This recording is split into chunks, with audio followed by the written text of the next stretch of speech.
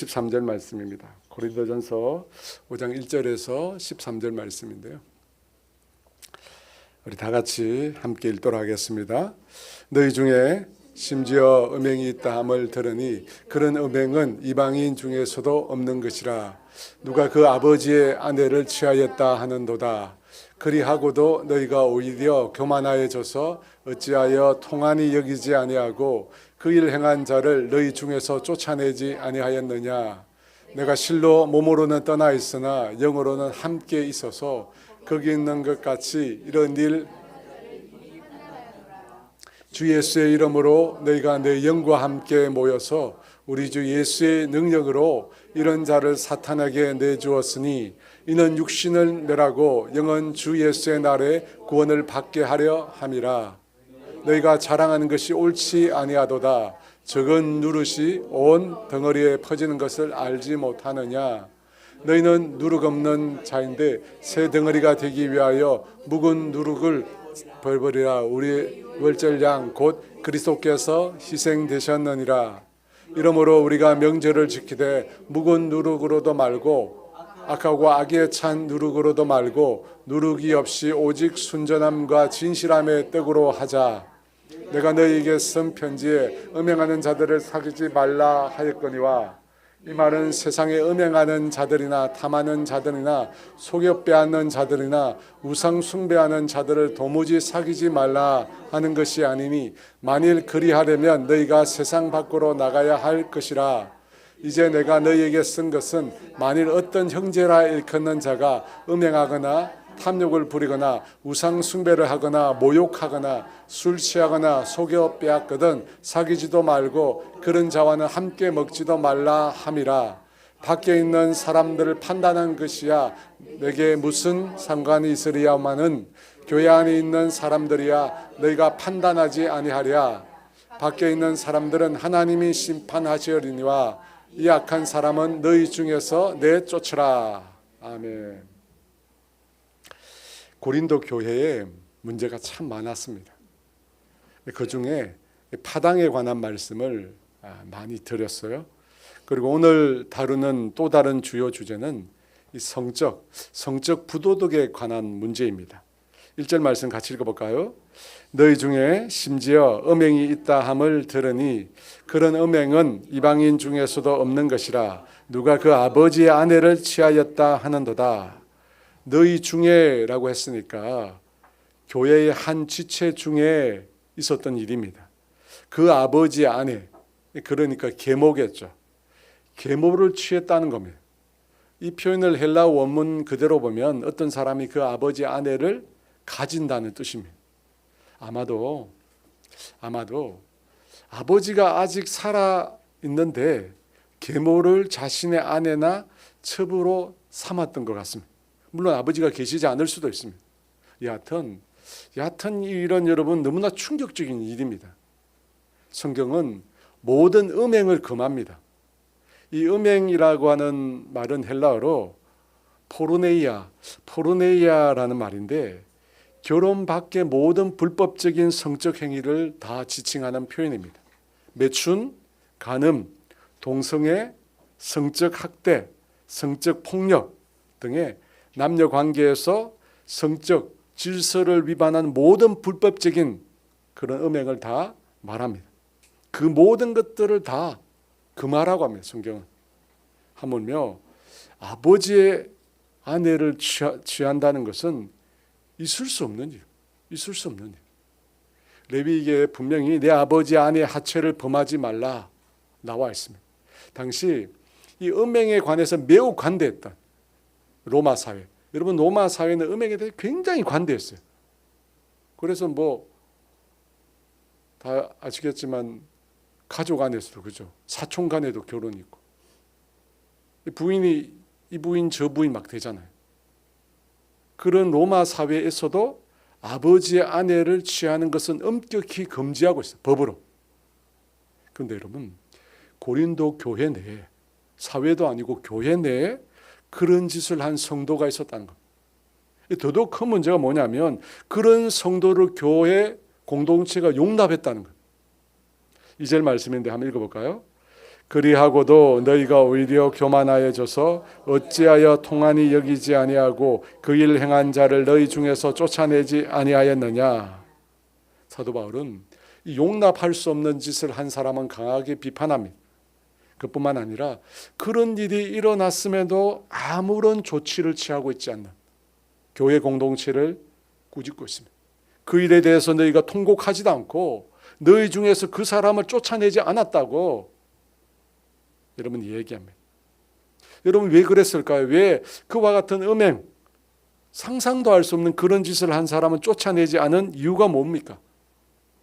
무엇보다도 여러분 이 고린도 사회가 음행에 대해서 지극히 관대한 사회였습니다. 그 사회의 영향이 교회에 그대로 고스란히 이어진 거죠. 여러분 고린도는 항구 도시입니다. 항구 도시 속성상 성적 부도덕이 만연했습니다. 선원들이 오랫동안 배를 타잖아요.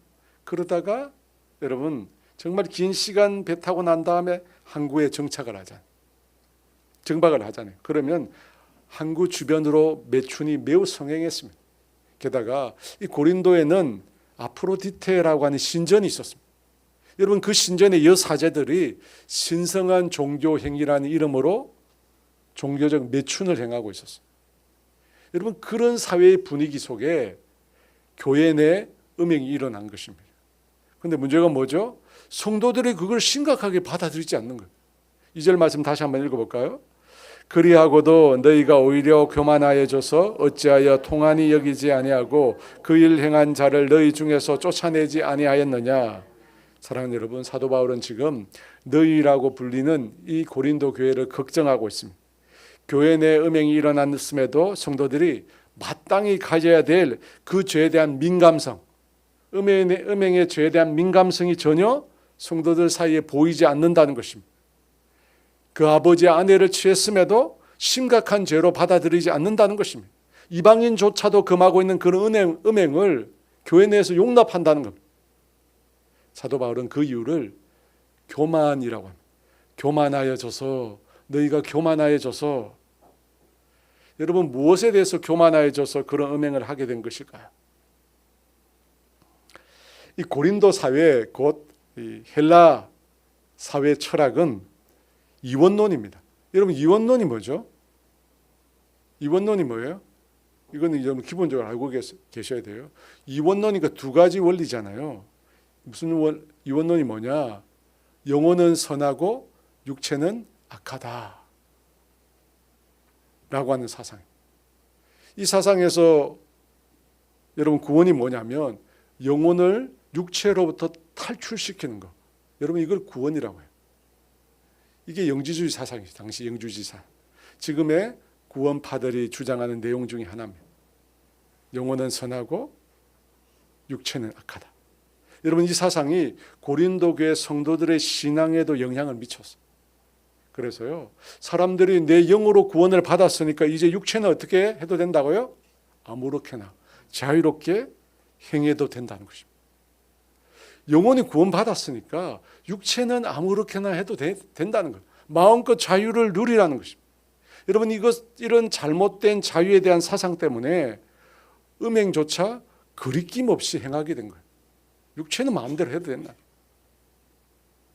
그러면서 오히려 뭐라고 얘기했냐면 그런 음행하는 자들은 구원의 자유를 마음껏 누리고 있는 자라고 생각했습니다.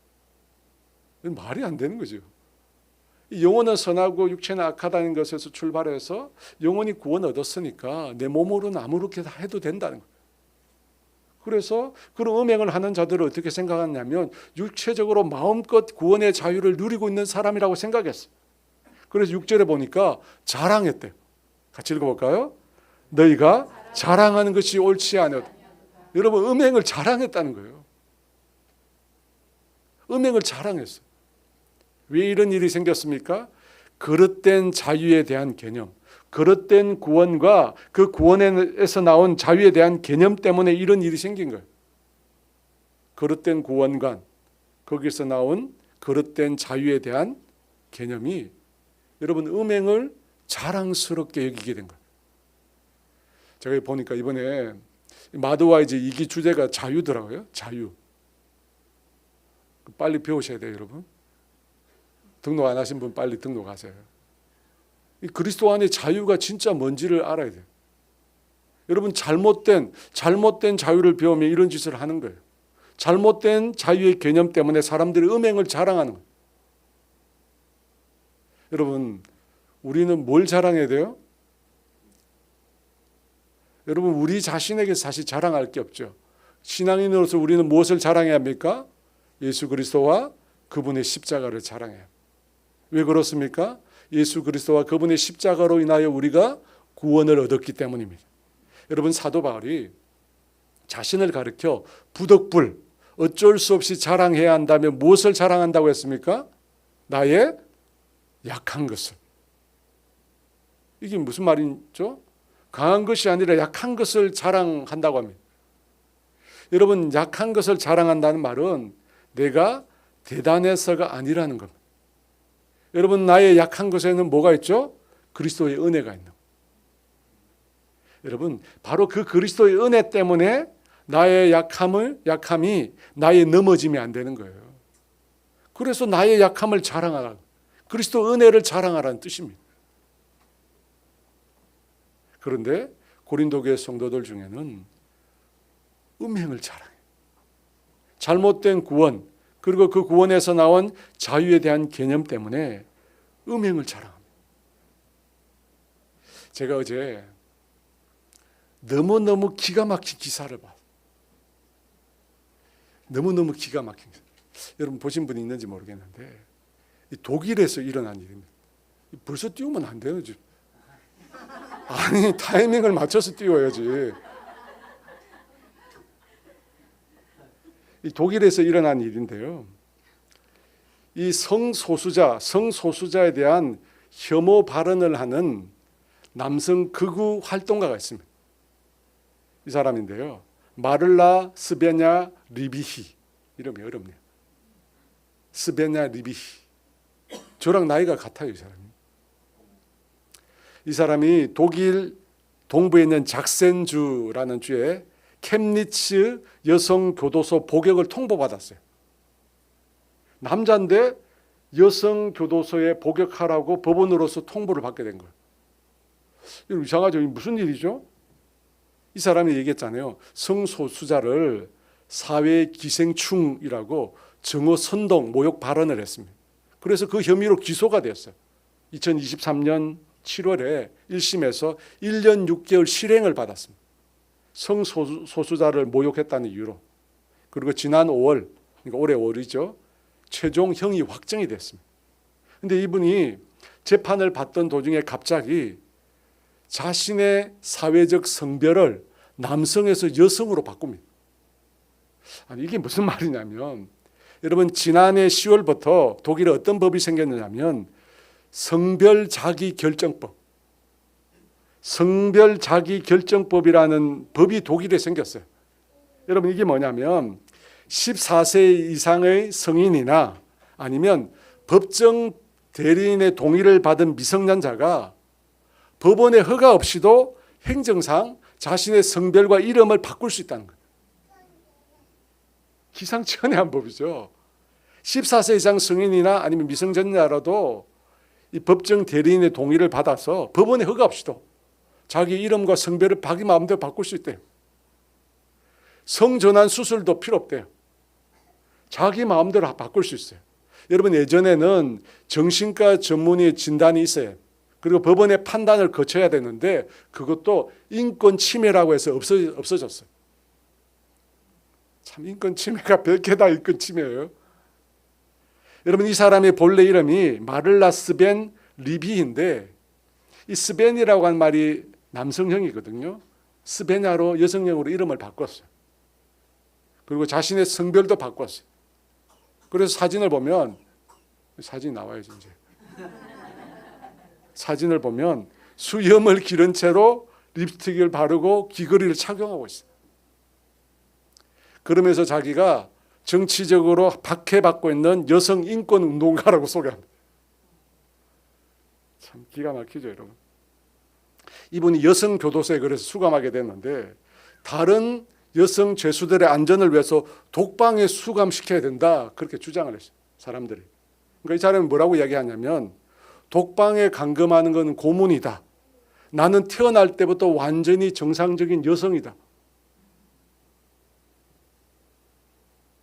여러분 이거 너무 웃긴 이야기 아니에요? 여러분 소설이 아니에요 이게. 드라마가 아니라 실제로 일어나니 실제로. 저는 이 기사를 보는데 막 구토가 나더라고요. 아니 세상에 어떻게 아니 세상이 타락해도 어떻게 이런 일이 일어나지? 여러분 그것도 종교개혁의 시작이에요. 개신교 발생지인 독일에서 이런 일이 일어났습니다. 성별 자기결정법. 자기 이름과 성별을 마음대로 바꿀 수 있다는 거예요. 아마 차별금지법 다음에 이 법이 나올 거예요.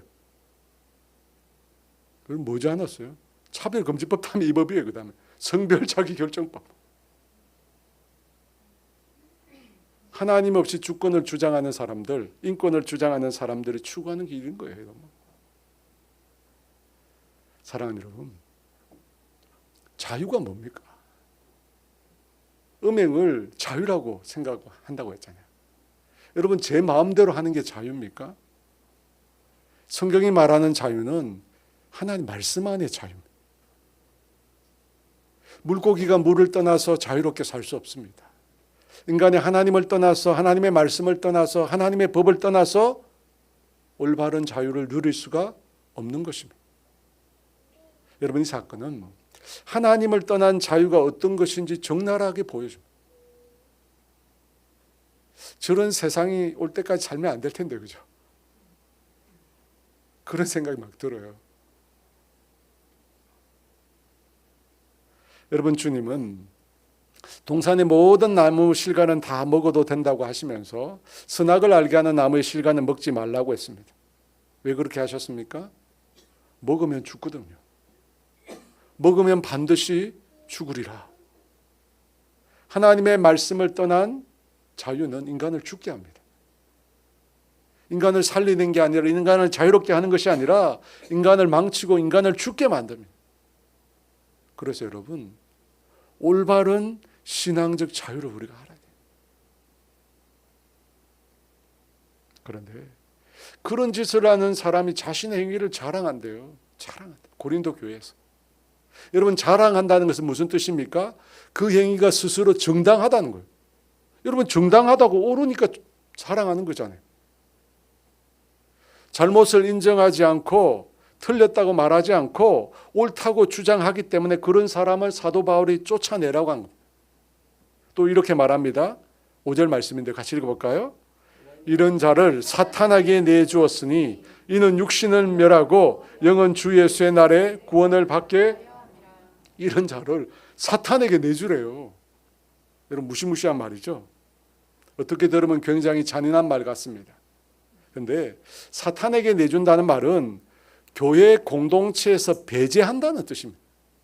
지옥에 던져 넣는다는 말이 아니라 교회 공동체에서 배제한다는 뜻이에요. 오해가 없으셔야 돼요, 여러분. 구약시대 이스라엘 백성의 징표는 표징은 할례였습니다. 여러분 이스라엘 백성은 아브라함의 태생제 후손이 아닙니다.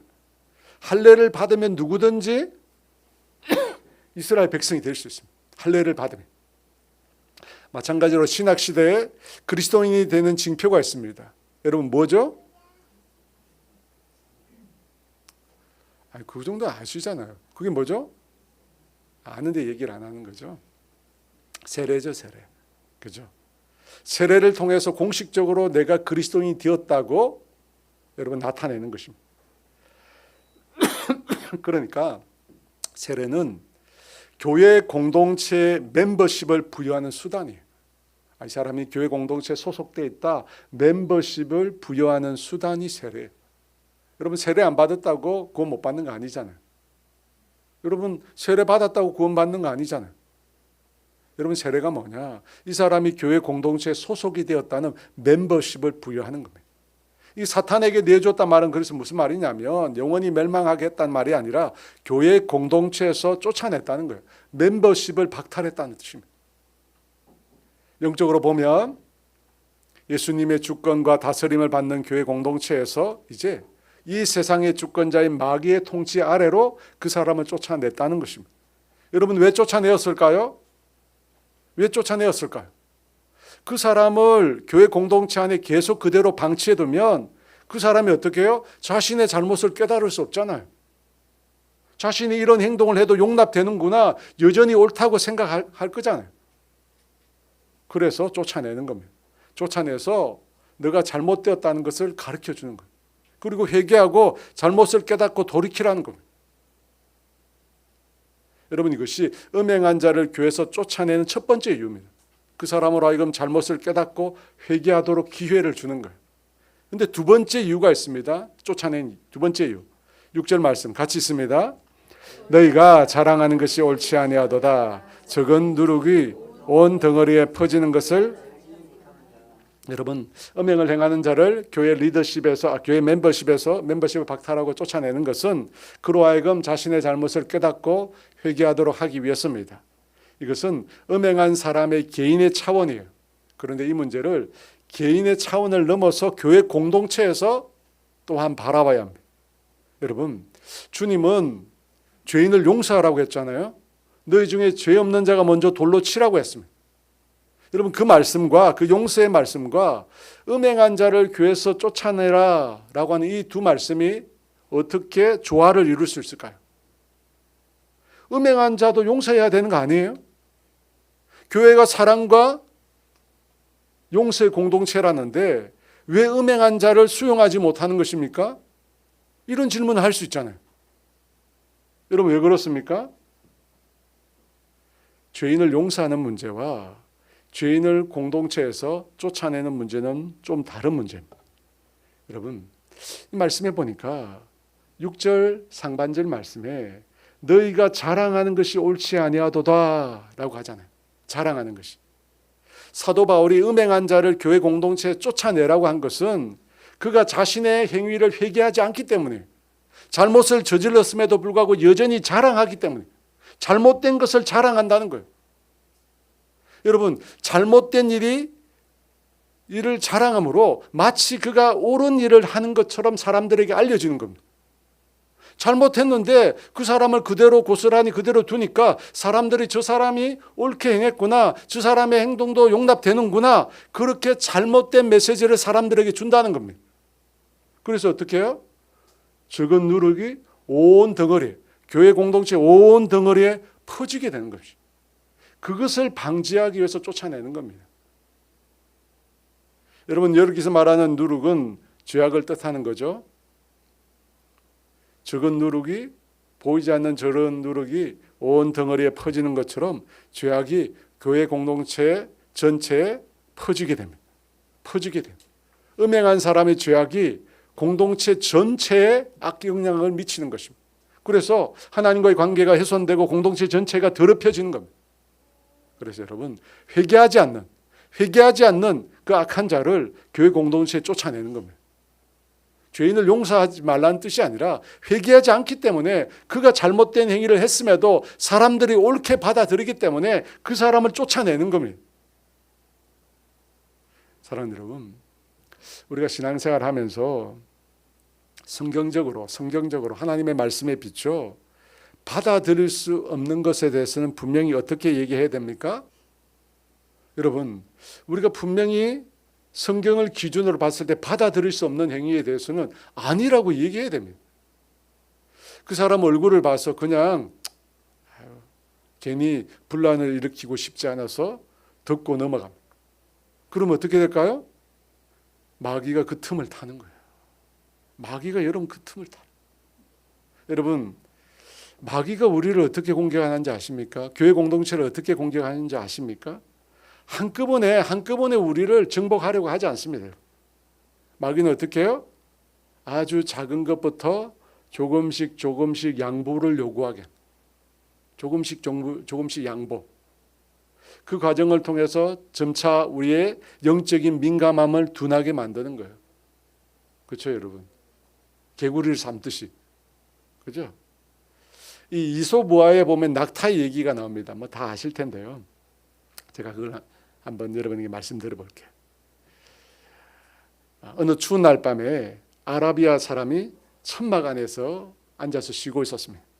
그런데 천막의 커튼이 조용히 걷어 올려지면서 낙타 한 마리가 천막 안으로 얼굴을 들이밀고는 두리번거리기 시작합니다. 왜 그래? 주인 아라비아 사람이 친절하게 묻습니다. 그러자 낙타가 춥습니다, 주인님. 죄송하지만 제 머리를 이 천막 안에 좀 넣고 있게 해주세요. 이 아라비아 주인은 친절하게 그 요구를 들어주었습니다. 그래서 낙타는 얼굴을 들이민 채로 서 있었습니다. 조금 있다가 또 낙타가 목도 좀 따뜻하게 하면 안 될까요? 이번에도 아라비아 이 주인은 순순히 응해 주었습니다. 잠시 후에 낙타는 목이 불편한 듯 이리저리 움직이더니 이렇게 서 있으니까 굉장히 불편해요. 주인님, 앞발을 천막 안으로 좀 넣어도 될까요? 그래도 그다지 공간을 많이 차지할 것 같지는 않은데요.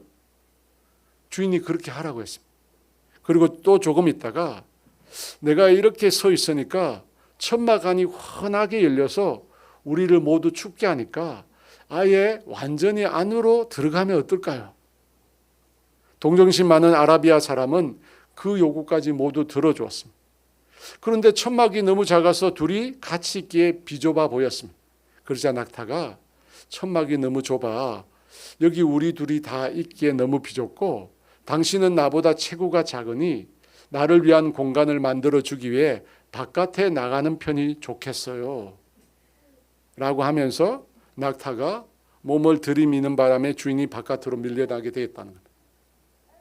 여기 이솝 우화에 나오는 얘기입니다. 여러분, 마귀가 쓰는 방법이 똑 이런 것입니다. 지금은 탄로가 났지만 여러분 신천지가 쓰는 방법도 이것과 너무 유사합니다. 그들은 산 옮기기라고 합니다. 산 옮기기. 한 교회를 신천지 집단으로 만드는 방법이에요. 조금씩 교회 안에 파고들어서 교회를 삼키는 거예요. 여러분 신천지가 처음에 들어와서 어떻게 하는지 아세요? 세가적으로 등록한 다음에 교회생활을 엄청 열심히 합니다. 교회에 안 속해 있는 공동체가 없고 안 속해 있는 봉사 없습니다. 다 들어갑니다. 열심히 봉사합니다. 그리고 그곳에서 조금씩 사람들의 신임을 얻으면서 그때부터 험담을 하기 시작합니다. 그죠? 목회자와 지도자에 대해서 험담을 해요. 그리고 같은 신천지 소속 새가족을 많이 등록을 시켜요. 그죠? 그분들도 다 같이 교회 안에 열심히 봉사하게 합니다. 그리고 교회 안에서 조금씩 성도들 간의 불신과 적대감을 심겨줘요. 그리고 자리를 잡죠. 그러다가 교회에 중요한 변화나 문제가 생겼을 때 담임 목사가 교체되거나 아니면 예배당을 건축한다거나 아니면 목회자나 사모에 허물이 드러나거나 이럴 때 본격적으로 교회를 장악하기 시작한대. 교회를. 여러분 그때도 막 거짓 소문을 내는 거예요. 목사님이 하지도 않은 말들 막 지어내어서 사람들에게 이야기에 혼란을 부추깁니다. 여러분 마귀가 항상 지도자를 노려요. 혹시 누가 목사님이 이런 말을 했다 하면 여러분 반드시 확인하세요. 제가 하지도 않은 말들을 하고 다니는 분들이 있어요. 실제로 있어요. 그분들이 하는 말들이 있어요. 자기가 목사님과 친분이 있다. 목사님과 자주 만나고 전화통화도 자주 한다는 거예요. 그러면서 목사님이 이런 얘기를 했다고 이상한 말을 합니다. 여러분 마귀가 그런 사람 노려요. 저희가 후원하는 에반교회, 저희가 에반교회 후원하잖아요. 얼마 전에 보니까 신천지 청년이 다녀갔대요. 여러분 신천지 물부러 가리지 않습니다. 오만 대 다 찾아가요. 그래서 목사님이 SNS에다가 신천지 관련 자료를 막 업로드했어요. 그러니까 연락이 왔대요. 공개 토론을 하자 하면서 신천지 모 강사가 연락이 왔대요. 그래서 만나자 하니까 나타나지 않았대요. 사랑하는 여러분, 우리가 틈을 주면 줄수록 여러분 죄악은 우리 가운데로 그림자처럼 밀고 들어옵니다. 그래서 우리는 죄악에 대해서 단호한 태도를 취해야 돼요. 여러분 성경적으로 아닌 건 아닌 거예요. 내 생각이나 판단에 근거해서 용납하면, 내 생각이나 판단에 근거해서 용납하면 댐에다가 구멍을 내는 거예요.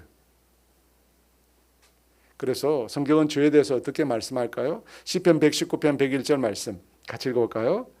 내가 주의 말씀을 지키려고 발을 금하여 모든 악한 길로 가지 아니하였사오며. 여러분, 발을 금했다고 했습니다. 말씀을 지키려고. 여러분, 발은 모든 행동의 시작입니다. 시작이에요. 무슨 말이냐? 하나님의 말씀을 지키려고 악한 길로 가는 시작조차 하지 않았다는 거예요. 죄 시도하지도 않았다는 거예요. 데살로니가 5장 21절 22절 말씀 같이 읽어볼까요?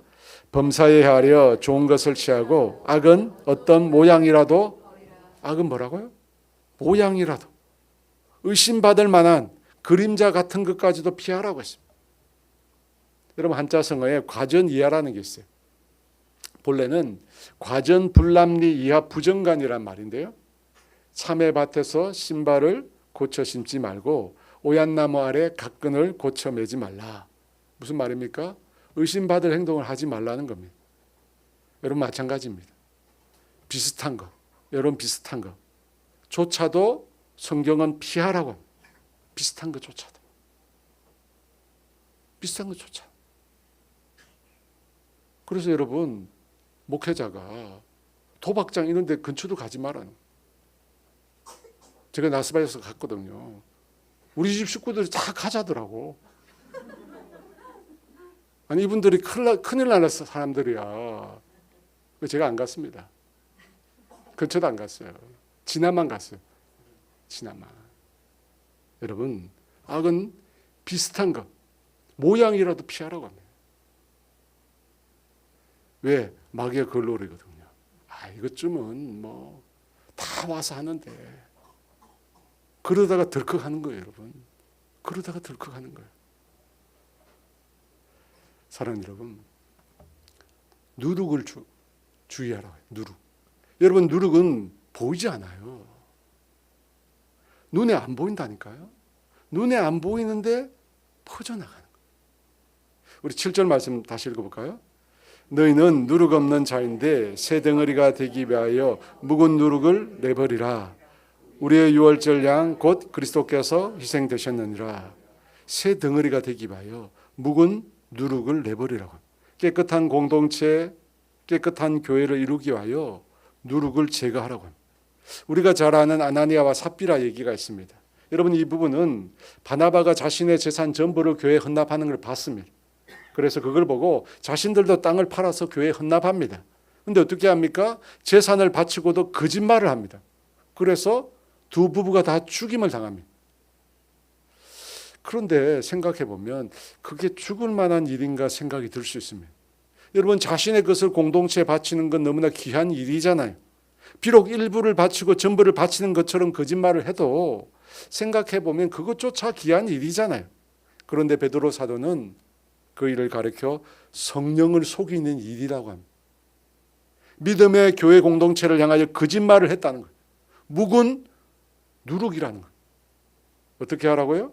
그 누룩이 교회 공동체 전체를 오염시킬 수 있다는 거예요. 그래서 갖다 버리라는 거예요. 아간도 마찬가지. 여리고 전쟁에서 얻은 전리품을 따로 빼돌렸습니다.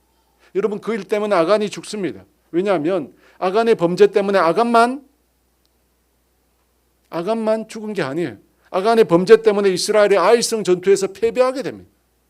한 개인의 범죄가 공동체와 연관이 되는 거예요. 여러분, 이것을 통해서 주님은 공동체 전체를 오염시키는 것에 대해서 각 개인이 자신이 저지른 죄 말고 주님의 몸된 교회 공동체를 오염시키는 죄에 대해서 하나님이 엄벌을 취한다는 거 알아야 돼요. 엄벌. 공동체를 오염시키는 것에 대해서요. 주님은 당신의 교회가, 당신의 몸된 교회가 순결하기를 원합니다. 그래서 자신의 교회를 더럽히는 행위에 대해서 아주 엄격한 잣대를 갖다 대십니다. 여러분, 왜 그렇습니까? 왜 자신의 공동체, 그 교회를 허무는 일에 대해서 엄격한 잣대를 대십니까? 왜냐하면 그 교회를 세우기 위해서 예수 그리스도가 희생하셨거든. 묵은 누룩을 내버리라. 유월절, 우리의 유월절 양 곧 그리스도께서 희생되셨느니라. 여러분, 그 누룩을 제거하기 위해서 그리스도께서 희생하셨어요. 그런데 또다시 더럽힌다. 용납할 수 없다는 거예요. 여러분, 한 개인의 실족하게 하는 것에 대해서도 주님이 엄하게 말씀하셨어요. 마가복음 9장 42절 말씀 같이 읽어볼까요?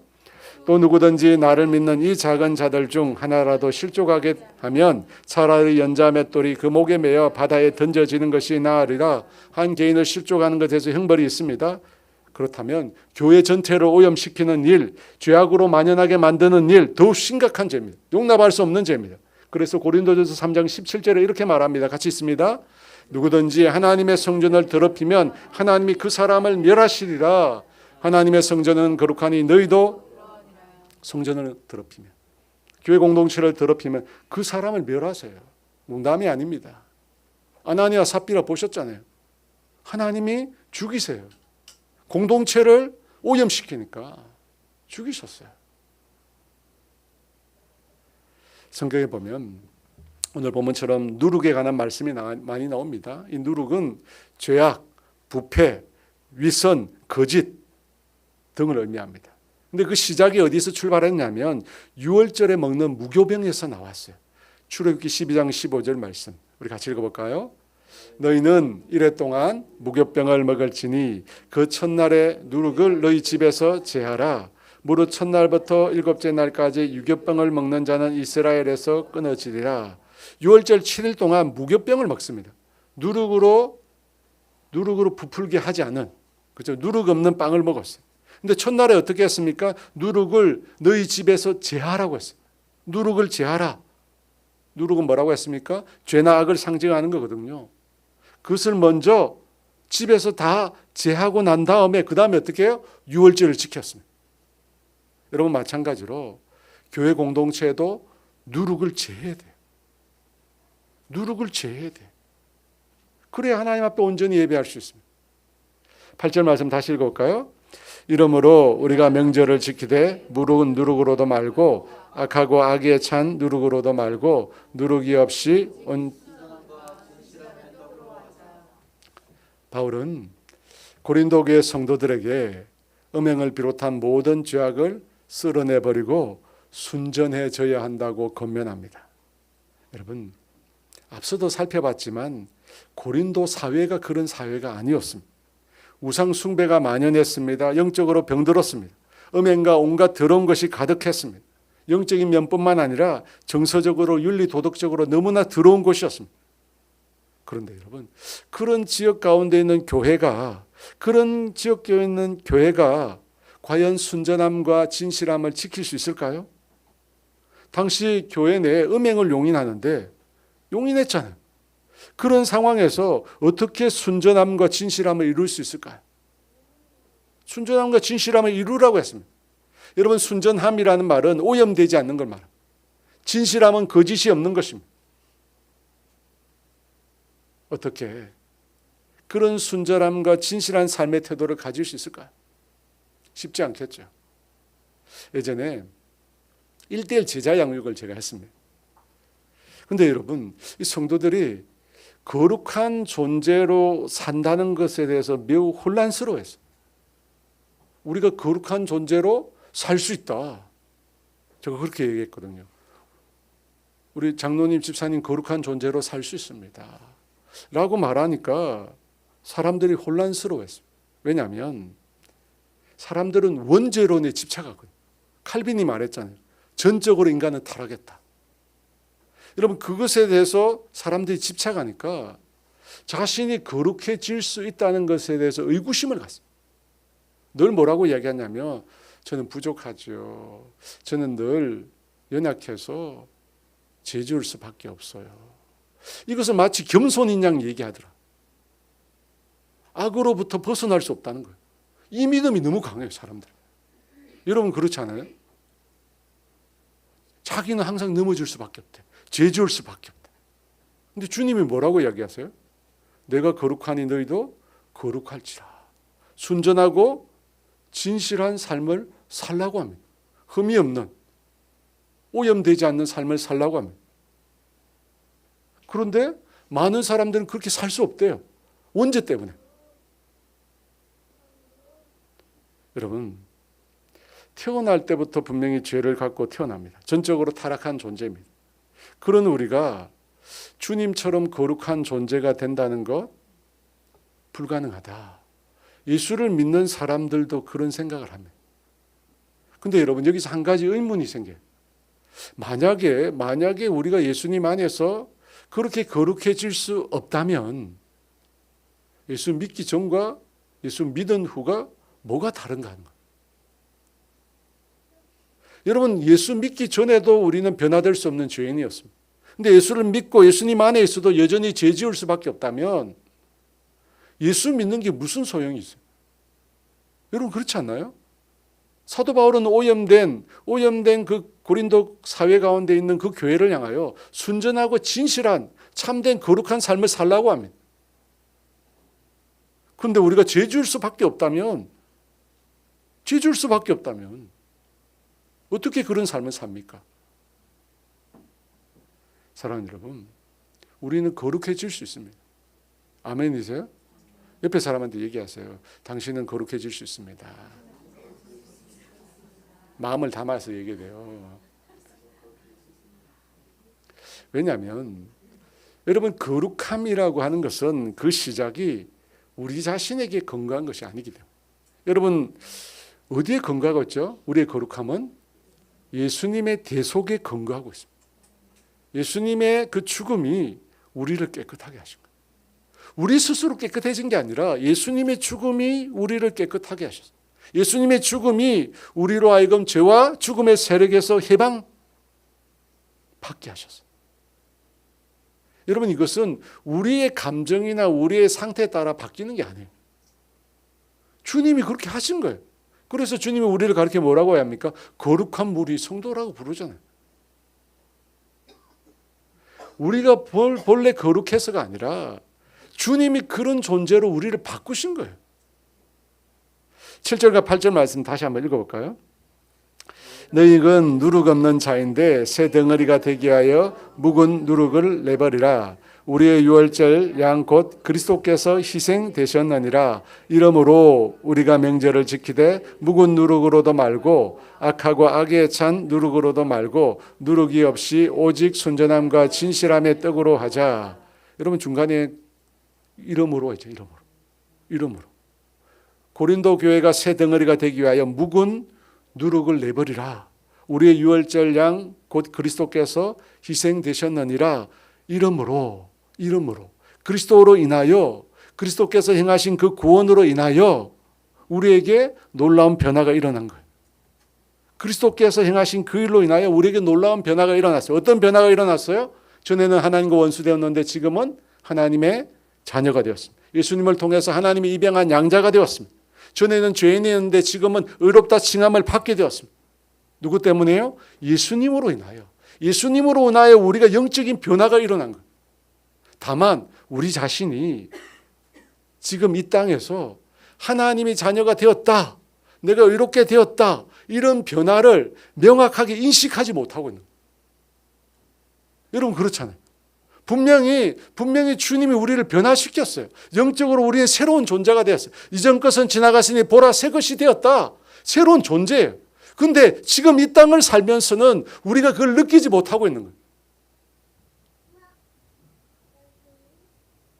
이 왕자와 거지에서 거지가 하루아침에 왕자가 된 것처럼 우리에게 뭔가 영적인 변화가 일어났는데 그 변화를 우리가 감지하지 못하는 겁니다. 그래서 어떤 생각을 하냐면 나는 여전히 죄 지을 수밖에 없구나, 죄 가운데 있구나 라는 생각을 한다는 거예요.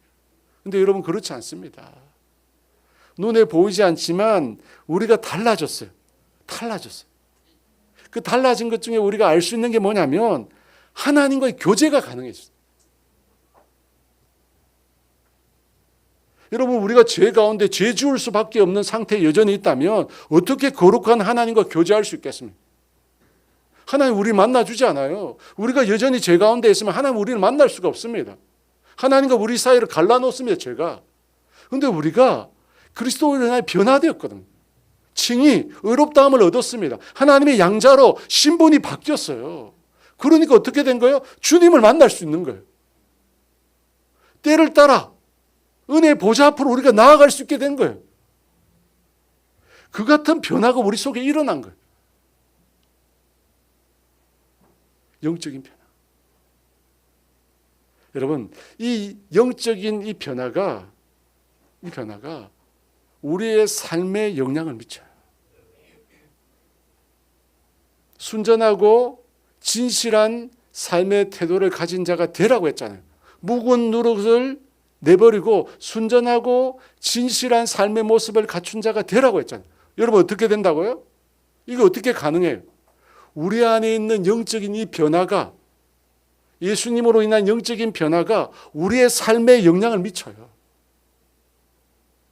무슨 말인지 아시겠어요?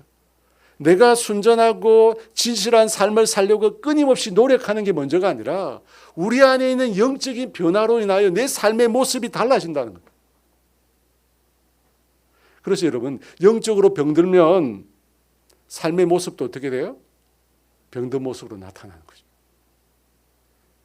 여러분, 영적으로 신앙인이 영적으로 병들면 신앙만 병든 게 아니라 그 사람의 윤리적이고 도덕적인 삶도 문제가 생겨요. 신앙인에게 있어서. 왜? 우리의 영적인 상태가 우리의 삶에 영향을 미치거든요.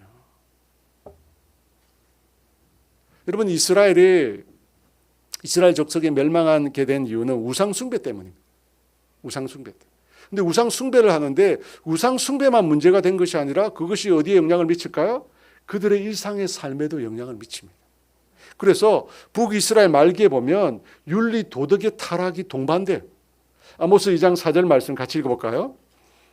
여호와께서 이와 같이 말씀하시되 유다의 서너 가지 죄로 말미암아 내가 그 벌을 돌이키지 아니하리니 이는 그들이 여호와 율법을 멸시하며 그 율례를 지키지 아니하고 그의 조상들이 따라가는 거짓 것에 미혹됨이라. 여호와 율법을 무시하고 율례를 지키지 않습니다.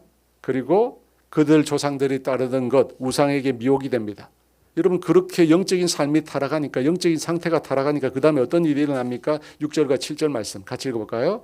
여호와께서 이와 같이 말씀하시되 이스라엘의 서너 가지 죄로 말미암아 내가 그 벌을 돌이키지 아니하리니 이는 그들이 은을 받고 의인을 팔며 신 한 클레를 받고 가난한 자를 팔며 7절 힘없는 자의 머리를 티끌먼지 속에 발로 밟고 연약한 자의 길을 굳게 하며 아버지와 아들이 한 젊은 여인에게 다녀서 내 거룩한 이름을 더럽힙니다.